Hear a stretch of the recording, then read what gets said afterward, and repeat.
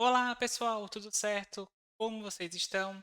Preparados para mais um vídeo focado na legislação do setor elétrico? Bom, hoje iniciaremos a resolução normativa da ANEEL. Isso mesmo, iniciaremos com essa resolução que é bem importante aí para os cargos aqui da Celesc. Importante que nesse vídeo eu começarei abordando somente os artigos focados no nível médio, né? Parte deles também cai no nível superior. Vamos do artigo 3 até o artigo 140, basicamente todos os pontos principais aqui, tá? Dessa resolução. Então vamos juntos, vamos que vamos. Estão os seus estudos, né? Já entraram no grupo? Para qual que vai ser a sua agência regional, né? Para qual é a sua região? Qual o seu cargo? Está estudando? Comentem aí nos comentários e vamos conversar aí, né?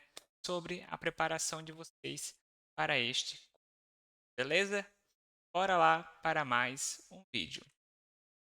Trouxe alguns conceitos, na realidade são conceitos até simples. Dois para começarmos aqui da nossa resolução. Primeiro, consumidor.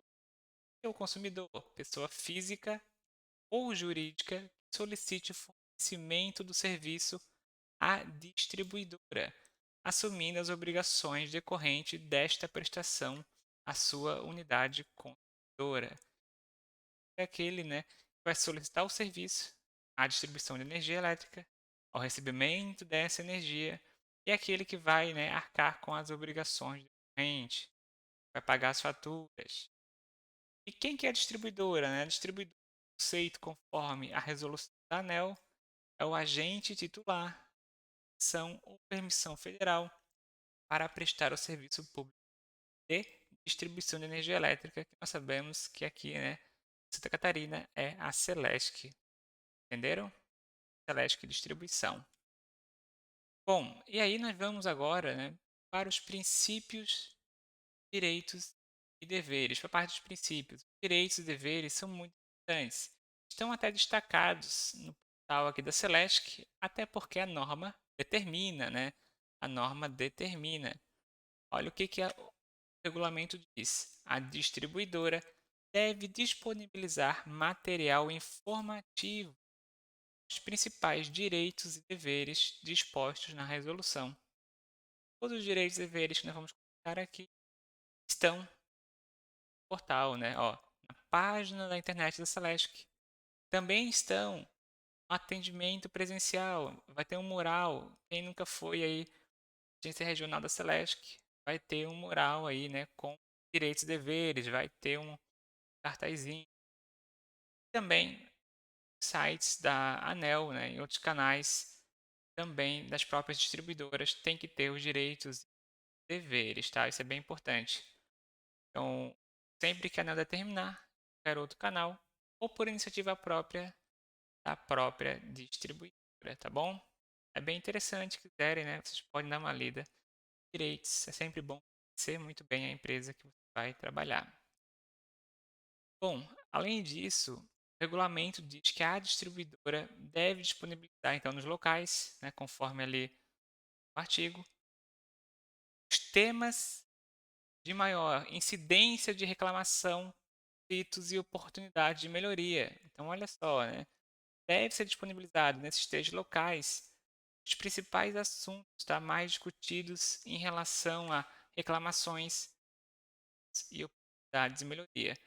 Por exemplo, se o pessoal tem muita dúvida na ligação de energia elétrica através de uso capião, tem que estar lá, por exemplo, lá no portal de dúvida, como fazer, como é esse processo.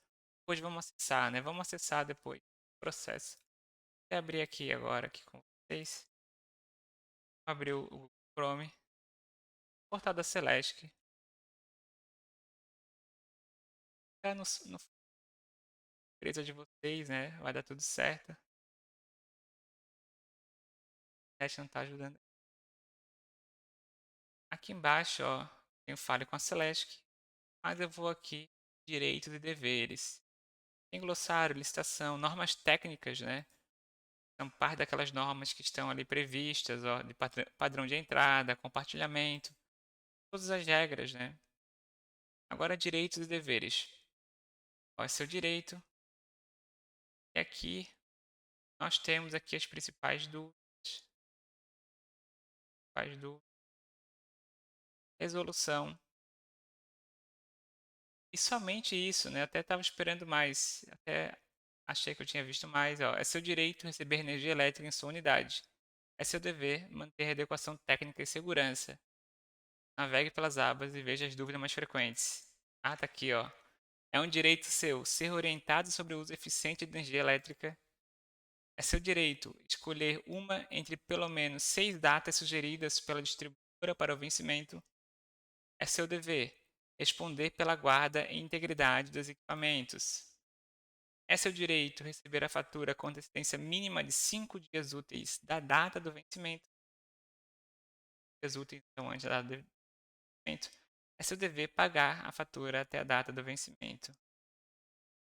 É seu direito responder apenas por débitos relativos à fatura. E é seu dever manter os dados cadastrais, né?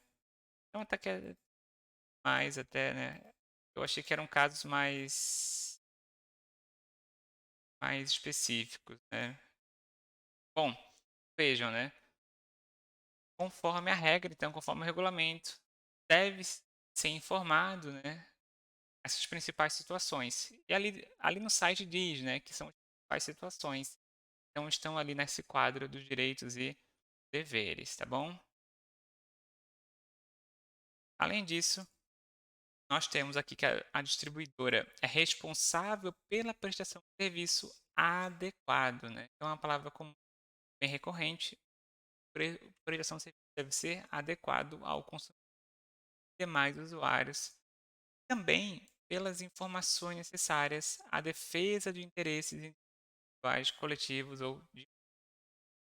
E aí o conceito do que é um serviço adequado. Então, a norma diz que serviço adequado é o que satisfaz as condições de regularidade, continuidade, eficiência, segurança, atualidade, generalidade, cortesia na sua prestação, também, né, na questão do valor tarifário, né? Então tem que ser um serviço contínuo, não pode ser, por exemplo, a todo dia falta luz.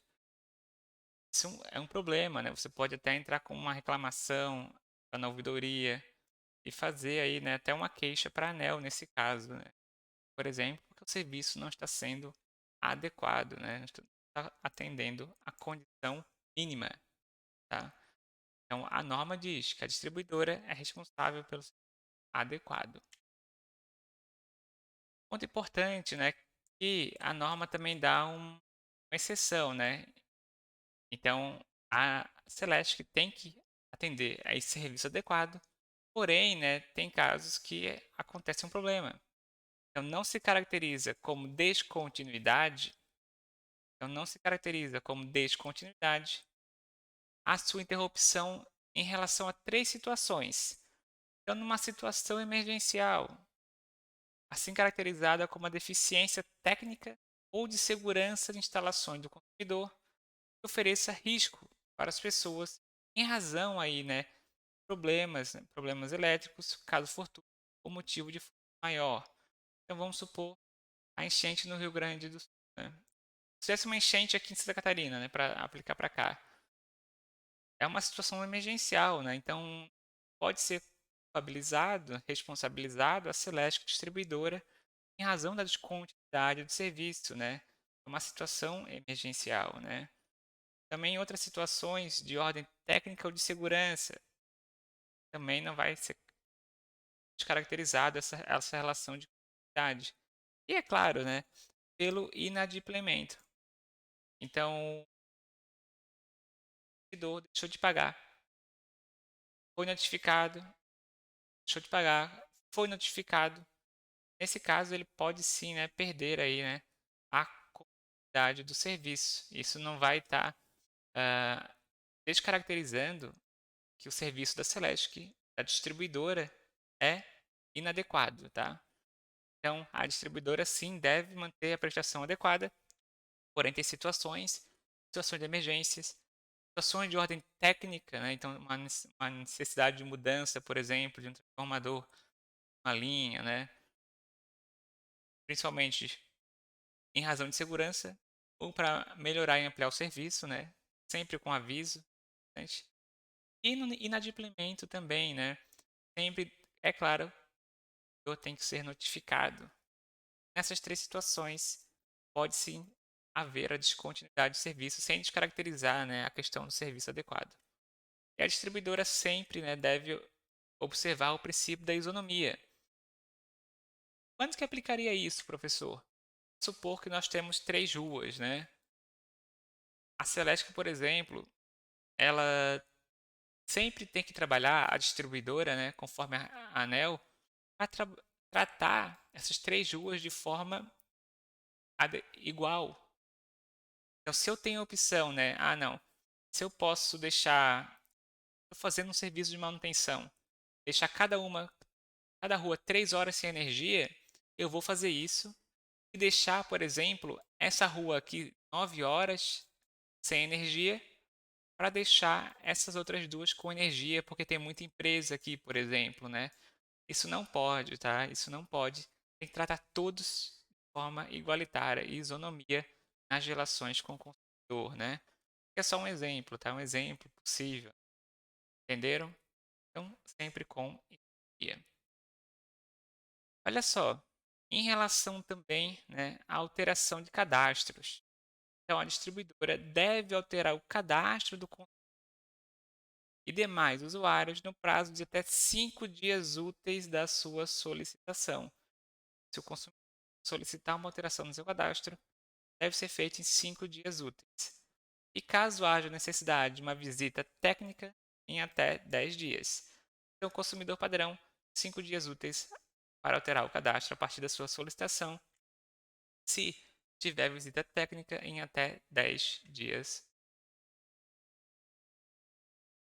Bom, a parte mais complexa então da aula de hoje, e aqui são vários objetivos, né? Olha só, que a parte mais difícil de gravar são, tá, os deveres conforme o regulamento que a distribuidora aí deve atender. Olha só, então, a distribuidora deve desenvolver e implementar em caráter rotineiro e de forma eficaz campanhas com objetivo. Então, quais campanhas que a Celesc tem que fazer? Informar ao consumidor e ao público geral os cuidados com a energia elétrica. Então, informar, caráter informativo. Campanha para divulgar os direitos e deveres. Tem ali no site, né? De vez em quando tem uma outra propaganda também. Canal aberto, direitos e deveres do consumidor. Orientar o uso racional da energia elétrica. Manter atualizado o cadastro do consumidor. Então é claro que eles consideram ali, né, aquele folheto feito ali nos direitos e deveres já é uma forma de uma campanha, né, eletrônica para manter atualizado. Quando você entra no site da Celesc, em alguns momentos tem ali um pop-up, né, uma janela, atualize seu cadastro. Isso é uma campanha, né, com o objetivo de atualização cadastral. Informar ao consumidor e ao público geral sobre a importância do cadastramento de pessoas usuárias de equipamento de autonomia limitada, vitais à preservação da vida humana. Então, é importante, né? Se tem uma pessoa que depende de um equipamento para sobreviver, é muito importante informar para a Celesc, né?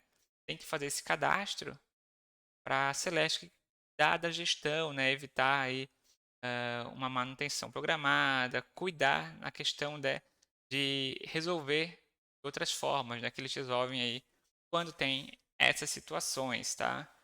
Tem que informar. E o público tem que saber disso, né, que tem esse direito do público. Esclarecer sobre o funcionamento das bandeiras tarifárias, isso a gente tem bastante no verão, né? Propagandas relacionadas a isso. Divulgar outras informações sempre que a ANEEL, então, que é a agência reguladora, determinar. Mas essas são as campanhas que a Celeste, que é a distribuidora, tem que fazer conforme o regulamento. E também, né, o regulamento diz o que os consumidores devem fazer. Tem como dever, né? Então, os demais usuários devem consultar previamente a distribuidora sempre, né, sobre o aumento de carga ou geração instalada que exigir a elevação da potência injetada. Então vamos supor, né? O morador residencial resolve abrir uma empresa gigantesca de gelo, né? E não avisa, né? Não faz um processo adequado. Não pode, né? Tem que informar pelo aumento da capacidade, a potência, a geração dos equipamentos que estão lá, né? Tem que consultar previamente, solicitar, né? Essa questão, esse ajuste da tua rede de energia, né? Então, o consumidor tem que consultar, né? Consultar previamente e manter os dados cadastrais atualizados da distribuidora e solicitar, né, sempre que for o caso, alteração de titularidade, né? Então, se tu vendeu a propriedade, tu vai solicitar alteração, né? Não vai ficar contigo por 10 anos lá sem alterar a titularidade, tá? Então, é importante manter os dados cadastrais sempre atualizados. Consultar previamente em caso de mudança do aumento da carga instalada, tá? Importante. Então, esses são os deveres, né, dos consumidores. Bom, e aí depois o regulamento ele trabalha sobre a reapresentação. Então, olha só, o relacionamento do consumidor com a distribuidora deve ser realizado pelo titular das instalações, por seu representante ou até por curador. Caso de unidade consumidora residencial de titularidade de pessoa física, a distribuidora deve manter relacionamento com o cônjuge ou companheiro do titular cadastrado conforme a informação. Então, sim, né? Em caso de pessoa física, pode sim, né, ser trabalhado, né, ter uma relação, né, e com o cônjuge, companheiro titular, que foi cadastrado pelo consumidor. Então, vamos supor que na sua casa, né, a energia está no nome do seu cônjuge, né? Então, ele é o consumidor cadastrado, mas ele informou, né, que você é companheiro cônjuge dele lá no cadastro, tá? No cadastro da Celesc. Nesse caso, você pode ligar, você pode fazer solicitações, né? Dependendo do que for também, em nome, né, da unidade consumidora, tá? Em nome da unidade consumidora. Outro ponto, se relacionar com outras pessoas que utilizem essa unidade, seu filho está lá, né, na unidade consumidora, vai depender das seguintes situações. A pessoa deve ser maior e capaz, o consumidor, cônjuge ou companheiro devem autorizar. Isso mesmo, então vamos supor que você tem um filho, né, que mora com você, você pode autorizar ele, né, a ser também um dos responsáveis. Então, por exemplo, faltou energia, ele pode ligar pela unidade de consumidor e perguntar quando vai voltar. Ele está autorizado a isso, né? Então, está previamente autorizado. Tem que ser maior. Ah, isso é importante. Tem que ser um filho maior e capaz. Não pode ocorrer alteração contratual decorrente dessa interação com a distribuidora. Vai fazer alteração. Não podem ser fornecidas informações protegidas pela legislação, tá? Importante, então, esses 4 tópicos. Na sequência, o regulamento ele aborda documentos e provas. Bom, aqui tem algumas questões. Olha só, as exigências necessárias para os requerimentos dispostos nessa resolução devem ser feitas pela distribuidora de uma única vez, justificando nova exigência apenas em caso de dúvida. Então, vamos supor que o consumidor vai pedir alteração de titularidade. A Celesc tem que fornecer as informações de uma vez só. Precisa disso, disso, daquilo, né? Aqui tem eu. Outro dia eu fui na caixa, né, para fazer uma operação e mandaram uma documentação. Levei a documentação, cheguei lá e disseram, ah, não, precisa de mais disso. E, de acordo com a ANEEL, é proibido acontecer isso, né, no setor elétrico. Falaram que vão pedir isso. É só isso que vão pedir, né? Tu tem que justificar de uma forma muito adequada, se for necessário uma outra documentação, né? Além disso, a distribuidora não pode exigir prova de fato que já foi comprovado. Informação já validada não pode ser solicitada. Então, é uma regra aí anti-burocracia, né, estatal, posso dizer assim. Além disso, olha só, a distribuidora não pode exigir reconhecimento de firma e ou autenticação da cópia dos documentos expedidos no país e destinados a fazer prova nas situações desta resolução, exceto, né, se existir previsão legal ou dúvida sobre a sua autenticidade. Então você vai virar atendente comercial ali, né, de Floripa. Você pegou um documento que parece ser muito falso, né, uma identidade assim rosa, nada a ver com o modelo atual, né? Nesse caso você ficou com muita dúvida sobre a sua autenticidade. Então você pode sim solicitar, né, um documento reconhecido em firma, né? Então nesse caso sim, tá? Nesse caso sim. O consumidor e demais usuários podem apresentar documentos por meio de cópia autenticada, dispensada a conferência com o original. Isso mesmo. Então, se ele pediu uma alteração de titularidade e trouxe um contrato autenticado, uma cópia autenticada, você não pode cobrar a cópia original. A cópia original não, o documento original, né? A gente já vê acontecer em alguns órgãos, às vezes tem que trazer o arquivo original. E nas situações em que houver necessidade de comprovação da propriedade ou posse do imóvel, nessa situação, né, provar propriedade ou posse, a distribuidora não pode exigir. O que ela não pode exigir? Reconhecimento de firma, cópia do contrato anterior de locação, registro do contrato em cartório, cópia da escritura atualizado há menos de 6 meses, não pode exigir. Há menos de 6 meses, não, não, não, não. Certidão do inteiro teor do imóvel, contrato de compra com conteúdo especificado pela distribuidora e outras formalidades e exigências que sejam incompatíveis com a boa-fé ou excessivamente onerosas, alto custo para os envolvidos, né? Então não pode. A ANEEL tem nesse regulamento regras para evitar burocracias, né? Evitar custos excessivos. Então, essa é a ideia do regulamento. Depois, na sequência, vamos para o próximo tópico, saindo dos direitos e deveres, né, de uma forma geral, nós vamos para o padrão de entrada. Então, esse aqui é o padrão de entrada, você já deve ter visto aí, né, em várias casas. Deixei um exemplo, né, para vocês visualizarem, né. O que diz do regulamento? Padrão de entrada gratuito, de graça. Nesses casos, pessoal, vai ter que pertencer ao padrão de entrada gratuito, que é abordado no decreto, regulamento. Primeiro, quem pode, né? Escola pública, posto de saúde, localizados aí no meio rural, tem esse direito, padrão de entrada gratuito. Domicílios rurais, com ligações monofásicas ou bifásicas, destinados a famílias de baixa renda. Primeiro, além disso, tem que estar cadastrado no CAD único. Tá? CAD único, renda familiar mensal, deve ser menor ou igual a um salário mínimo. Os requisitos do CAD único e a data da última atualização não pode ser maior que 2 anos. Pode ser maior que 2 anos. É um longo prazo, né? Então, basicamente, escola pública e posto de saúde público no meio rural, domicílio rural que atenda a baixa renda, tá? Domicílio rural que atenda a baixa renda.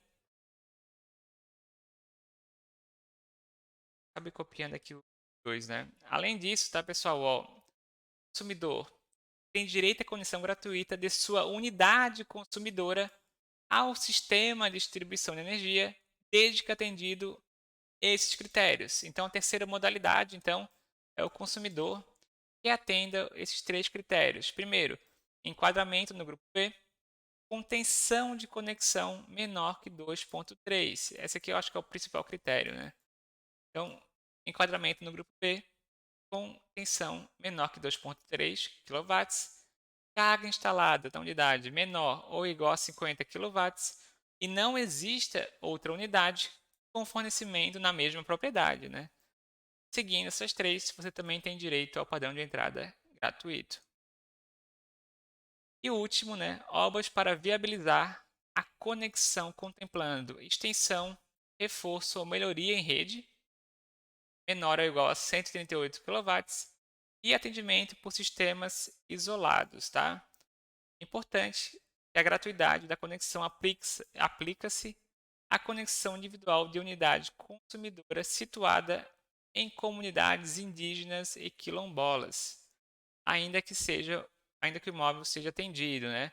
Então aqui, tá, pessoal, é a questão foco das comunidades indígenas e quilombolas, tá? Então são três, e o quarto é focado aqui nas comunidades indígenas e quilombolas. Depois nós vamos para a alteração de titularidade. A distribuidora deve alterar a titularidade quando houver solicitação do consumidor ou pedido de conexão de novo consumidor ou de demais usuários para instalações de contrato vigente. Importante que a distribuidora pode sim exigir, né, do novo titular os seguintes documentos: identificação do consumidor e dos demais usuários, lembra, né, que ele pode cadastrar o cônjuge, filho, identificação do consumidor, a apresentação de documento com data que comprove a propriedade ou posse do imóvel. Então vai ter que apresentar o documento que comprove então a propriedade ou posse, endereço ou meio de comunicação para entrega das faturas, declaração descritiva da carga ou geração instalada e informação e documentação das atividades desenvolvidas, né, também na instalação. A distribuidora deve fornecer ao consumidor e demais usuários o protocolo da solicitação. Então, você que for o atendente lá vai fornecer o protocolo da pessoa que solicitou, né, a alteração de titularidade. E lembrando que a distribuidora deve realizar a alteração em 3 dias úteis na área urbana e em 5 dias úteis na área rural. 5 dias úteis na área rural, 3 dias na área urbana. E quando tu altera a titularidade, né, tu acaba encerrando o vínculo antigo consumidor. Então, a partir desse momento, essa pessoa que responde por essa atividade consumidora. Bem importante. E aí nós temos também as questões de encerramento do contrato. Encerramento do vínculo contratual entre a distribuidora e o consumidor, seus demais usuários, ocorre nas seguintes situações: por solicitação do consumidor, por pedido de conexão ou de alteração de titularidade, ou pelo término da vigência do contrato, ou por rescisão ocasionada por desligamento do livre e inadimplente, parou de pagar, então vai ser cortado, né? Encerramento do contrato. A distribuidora pode encerrar o contrato quando ocorrer o decurso de, olha só isso aqui, 2 ciclos de faturamentos após a suspensão regular e ininterrupta do fornecimento de energia. Então, depois de 2 ciclos de faturamento, depois da suspensão, pode sim encerrar o contrato aí com o consumidor. Desde que o consumidor e os demais usuários sejam notificados com antecedência de pelo menos 15 dias. Então, para tu cortar, suspender o serviço de energia elétrica, tu tem que notificar. Depois ainda para encerrar o contrato com o consumidor, parar de fornecer a energia, né? Esperar 2 ciclos de faturamento, depois da suspensão, e tem que ser notificado aí, né?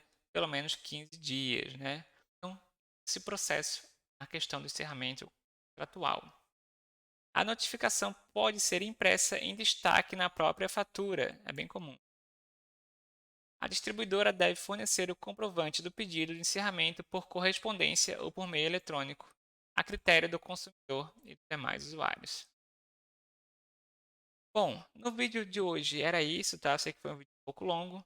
No próximo vamos finalizar, tá, com a parte dos princípios de atendimento e atendimento presencial. E o último, nós vamos finalizar com os princípios de ressarcimento de danos elétricos. E aí, a continuidade será com os regimes de concessão. Também algumas regras de prestação de serviço que estão faltando ainda, né? Para finalizarmos essa parte do edital, beleza? Então, continue aí estudando, foco nos seus estudos. Vamos lá, que vai ser chamado muita gente. Então, permaneçam aí com foco, organizando a sua rotina para manter os estudos. Essa é a chave aí da aprovação. Continuar estudando com frequência, nem que seja 1 hora por dia, meia hora por dia, 2, estude. que você vai conseguir sim a sua aprovação. E eu vou fazer um simulado, tá? Anotem aí que eu vou fazer um simulado que eu vou anunciar no próximo vídeo de legislação do setor elétrico. Forte abraço e até a próxima!